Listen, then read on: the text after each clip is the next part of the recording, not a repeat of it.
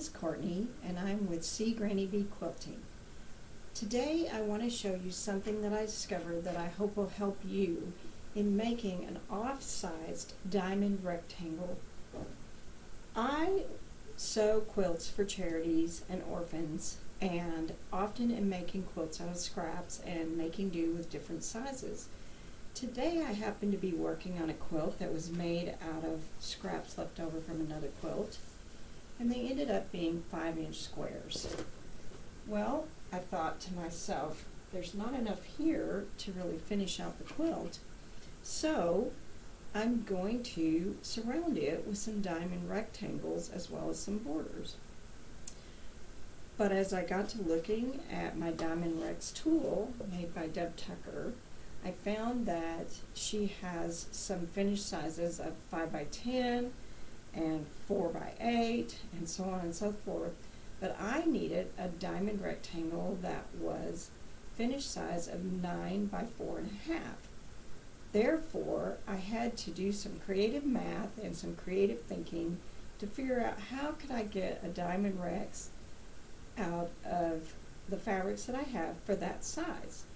Once I did, after doing a lot of figuring and fooling around with scraps, I came up with a good solution, and I wanted to share it with you, hoping that maybe it will help you, since people often sew with charm packs and 5-inch squares. So here's what we're going to use today. We're going to use Deb Tucker's Diamond Rex tool. We're also going to use Deb Tucker's Split Rex tool, and a couple of regular rulers that I have laying around in my quilt room. So here we go. So first we're going to cut out our diamond, and we carefully have ironed our fabric, and we're going to place our ruler on the fold and line it up carefully on that fold so that you get a nice straight cut. Anytime that you're cutting your fabric, you always want to line your ruler line up on your fold, because it helps you to get a straight cut so that when you open that up, you get a perfect straight piece of fabric and not one with an elbow in it. And that's particularly important when you're cutting borders. In this case, it's not quite as relevant, but it's still a good habit. So today we're going to cut a 4 1/4 inch strip of fabric for our diamond. 4 1/4. And before we do that, we're going to put our glove on, because I used to not wear gloves and I cut the tip of my thumb off one day, and it's not fun, let me tell you. So here we go. We're going to scoot this ruler up. This is my method of cutting. You can cut however you're comfortable. I just happen to find that when I cut this way, I get perfect strips every time. This is a 3-inch ruler, and this is a 1 1/4 inch ruler. I found this ruler on Amazon, and I found that this ruler, being 1 1/4, really helps me whenever I need to add that 1/4 inch onto something instead of a 1/2 inch. It really makes a difference having it. So I've evened up the edge there, and I have my weights holding this ruler in place, and now we're just going to make our cut. So we got it all the way across, and we did. So now we have our nice 4 1/4 inch strip, and we can move this stuff. Oops, I still missed a spot, didn't I? Looks like I need to change my blade, but we got it now. So we're going to move this stuff out of the way, and what we're going to do is we're going to turn this around, and we are going to cut off that selvage so that we have a nice straight edge to work from without the selvage in our way. This isn't absolutely necessary this time, but I like to do it anyway. It's just a habit that I have. So now we have our nice even edge, and we're going to lay our fabric out nice and straight, and then we're going to take Deb Tucker's ruler, the Diamond Rex ruler. Now, though we can't use this ruler for for actually cutting the strip, we're still going to use it to make that perfect angle. So what we're going to do is we're going to, if I can get my act together here, is we're going to turn this around and we're going to carefully line up her solid line as if we were going to cut out the shape with this ruler. We're going to line up her straight solid line so that we get the nice angle that she intended for us to have there. And then I'm going to take another ruler, just a straight ruler. Any ruler will work.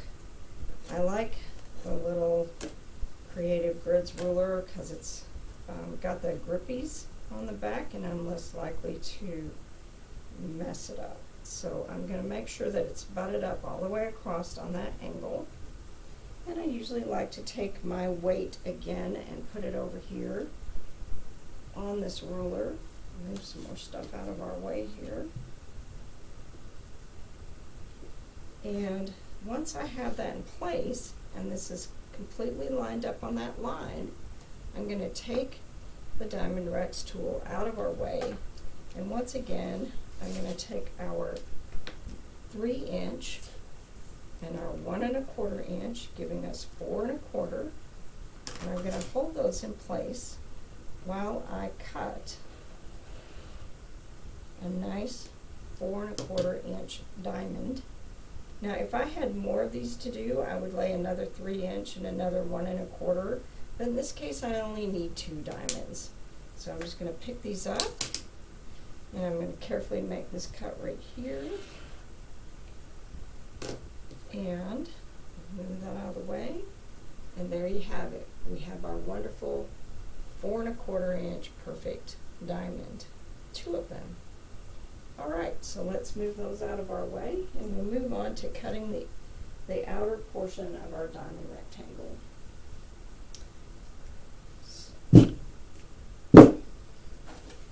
Always save those scraps, you might be able to do something with them. So now we have our outer fabric that's going to go around the diamond. Oops, I ironed the other side.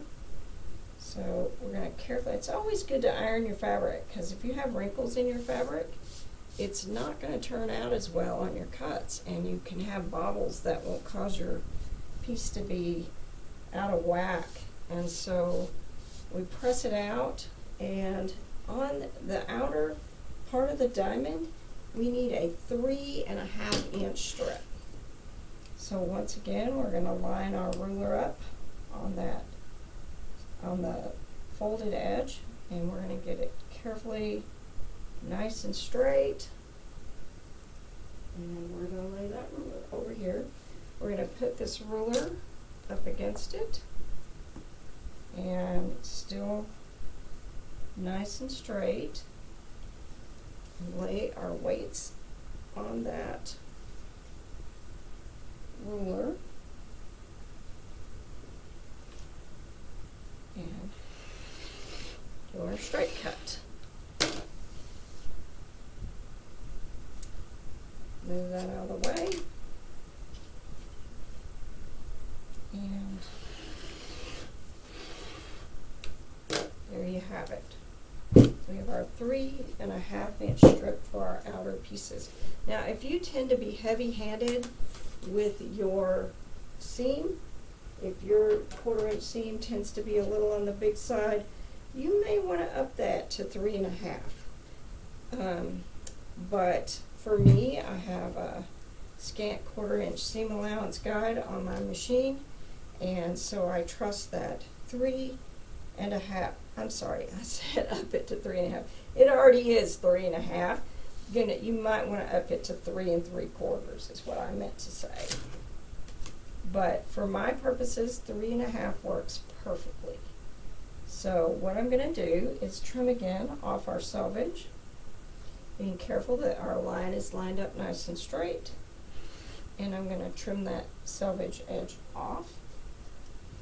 And then we want, put this around because I'm right-handed, and then we want 5 3/4. So I'm going to line this up carefully on that line and make sure that I'm at the 5 3/4, double checking my markings, cutting again without my glove on. It's hard to remember all these things when you're making a video. And we're going to cut that off, and I need 2 of these. So I'm going to move that one out of my way and come back over here and make sure I'm at 5 3/4. And we're going to do that again. So we've got it nice and lined up on our edge, and we've got 5 3/4, and we'll save the rest of this for later. So we have 2 sets now of 5 3/4 inches by 3 1/2 for our outside edge. Now is when you want to use your Split Rex tool. So the Split Rex tool comes with sizes marked on it also. I don't know if you've ever seen Deb Tucker's rulers, but you can go to her website at Studio 180. And I like to line up on the dotted line. And what I've done is I've taken a ruler and went just below the 2 1/2 inch line by 3/8 of an inch and drew a Sharpie line across there, lining up on the 2 1/2 inch by 5 inch line. Now that 3/8 line allows me to take my ruler, line up on the dotted line, not the solid line, but the dotted line, and it gives me, if I line the bottom up on the line that my Sharpie made, which I have a couple of lines on there because I have a line on there for something else. If I line up on the 3/8 inch from the 2 1/2 inch line, and this line is on the dotted line, I get a perfect half square rectangle, or split rex, whatever you want to call it. So now I have 2 perfectly symmetrical, or the same size, split rex. Once again, I'll show you that one more time. So we have a 3 1/2 by 5 3/4, and we're going to line up our edge on the dotted line, and we're going to go to the 3/8 inch mark below the 2 1/2 inch strip. And I apologize that you can't see the marks. I know the camera doesn't show them up very well, but they're there, I promise you. And once again, we cut that in half, and we have a perfectly split rectangle. Now we're going to move to our sewing machine, and I'll show you how to put these together. So here we are on our sewing machine, and we're ready to put our diamond rectangle together. So we're going to take one of our diamonds, and we're going to put it over here, and we're going to take, now when you're putting these together, it's really important that you have the right edge to go. So if out of habit I know which edge I need, but if you're in doubt, because people often tend to get these backwards, they tend to want to sew it like this. But just always remember the slanted edge is the one that goes against the diamond. Another thing that I find that people struggle with when making diamond rectangles is figuring out exactly where to place this on the diamond. Do we want it even with the tip? Do we want it above the tip? Where do we want it? Well, with every single one it's different. But in this case, I happen to figure out that when I folded over my little piece here, and I put this tip right here, I hope you can see that, this tip right here on a 1/2 inch mark on my little cutting mat, and I put this tip just below a 1/2 inch away. So basically just a little tiny bit over a 1/2 inch, I end up getting the perfect spot for it to come out the size that I want it to, and leave me a little to trim with. Because if you get it too far that way, your edges get too skinny. And if you get it too far this way, your top gets too skinny. So there is a balance in there in finding just the right thing. But for this particular size, to get the 5 by 9.5 inch unfinished that we want, I found that that 1/2 inch overhang on the little tail is just the right amount that we want on there. So then I carefully lay both edges against my 1/4 inch, a scant 1/4 inch double stick tape here, and I just sew along, and it looks like my thread is caught under the foot there, and sew off the edge. So then once we've done that, I like to take it and I like to press it towards the diamond with my fingers. So I carefully, because this is bias, I just run my fingernail along that edge. I don't want to distort it, I don't want to make it out of shape, but I do want it to be nice and folded over. And I often check to make sure that I had both pieces butted up to the machine, I didn't miss on the diamond there, and I fold that over like that. Now Deb will tell you your diamond needs to be up when you sew this direction, and follow the edge of your diamond rather than the edge of your outer piece. What I've found happens when I do that is my tip wants to slide out from under my machine at the very end, and so I have a really hard time doing that. So I turn mine this way, then I take my next piece, which is not going to be the back side of the piece you just did, but it'll be the next piece in your pile after that, because it has to go, remember, slanted edge against the diamond, and the little tip is going to be down here.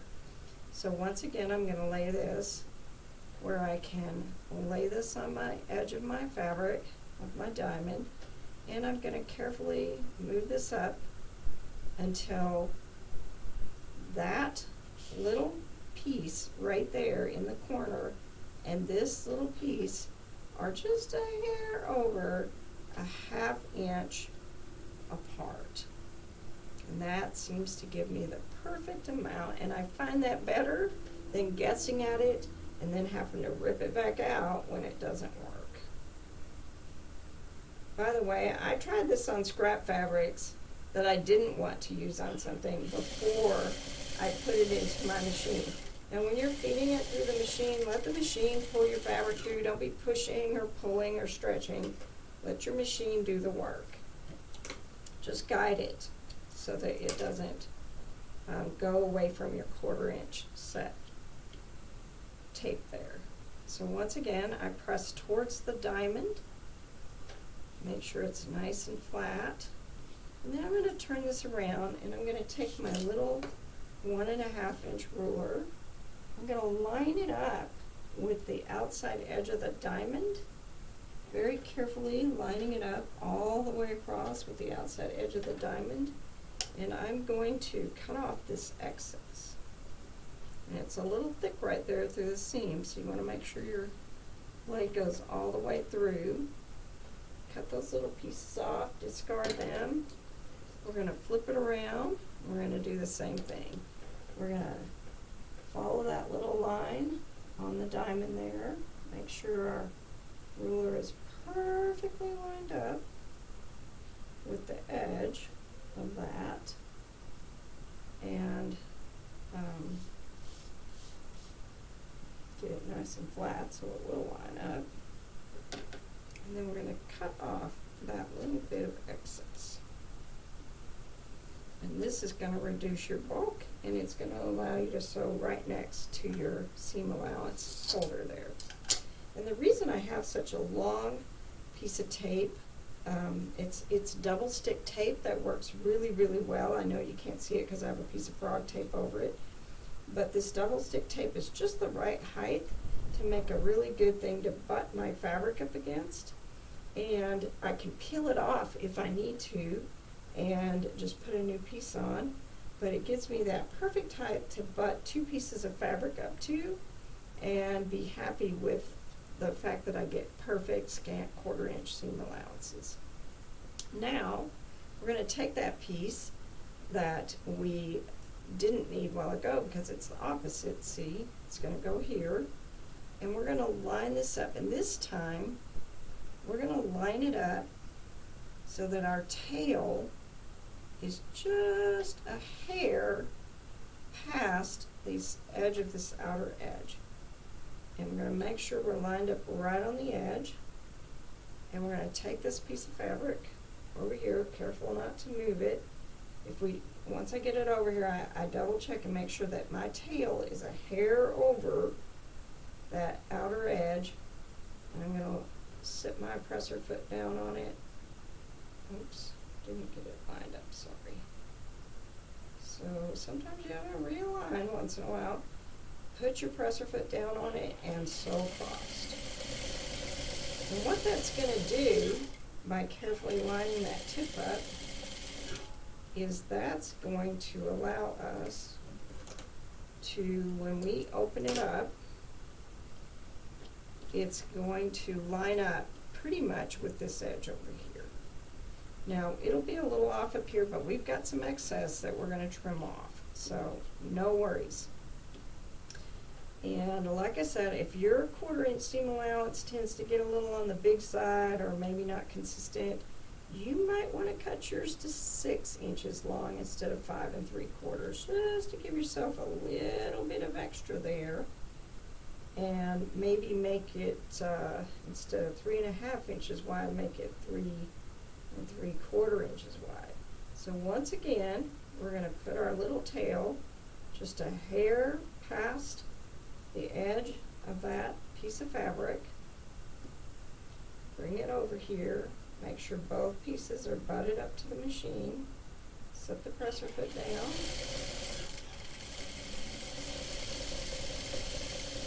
And there we have it.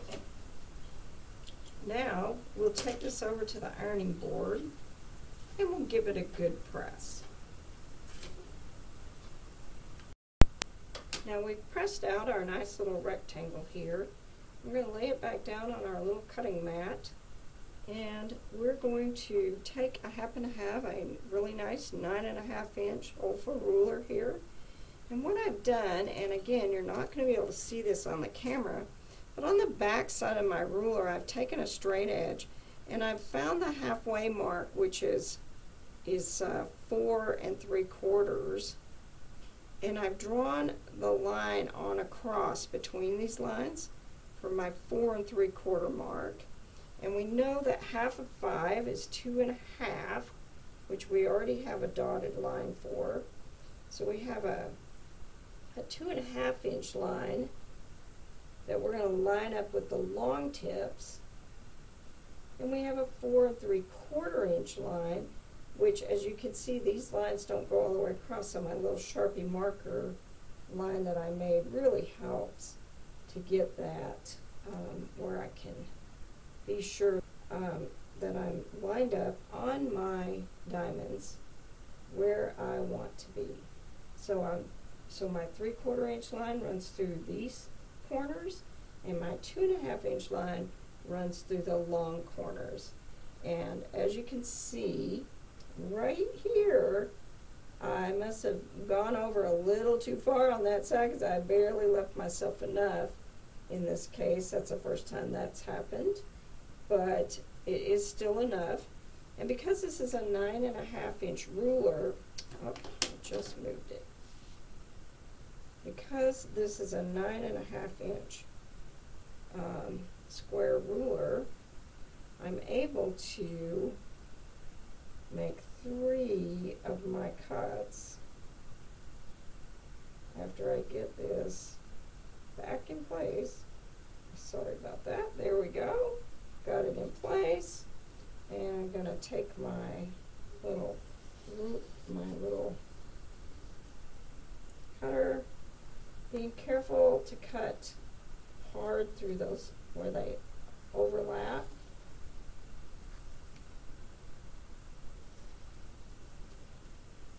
Actually, I should have grabbed my bigger cutter for this.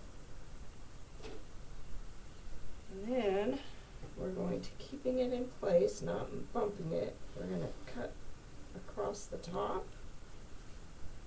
And normally I do this on my big cutting board, which makes it a little bit easier for me, but I didn't want to have to move the camera again, so bear with me here. And then we're going to make this cut. And we are just a hair shy on that corner, which has not happened on any of the other ones that I've made, but like I said, I must have overlapped just a hair too far on that one. So then we're going to flip it around, and because we know it needs to be 5 inches wide, we can take our 5 now and line it up perfectly on that edge right here, all the way down. Hold our hand on it really well so it doesn't move on us. If you're not comfortable, put the weight on it, and then make our cut, and just have that tiny bit of waste that we're going to throw in the garbage. And that's all the waste we had. See? Now, if you're not comfortable with such a little bit of waste, like I said, cut yours a 1/4 inch longer and give yourself a little more wiggle room. I tend to have just a very little bit of this fabric to finish this quilt out with, so I'm being on the careful side. So there you have it, our perfect 5 by 9.5 unfinished, which will finish out to a 4.5 by 9, which then perfectly fits with 2 5-inch squares that have been sewn together. Thank you for watching. I hope you enjoyed this video, and I hope it helps you to make the perfect diamond rectangle in the odd side.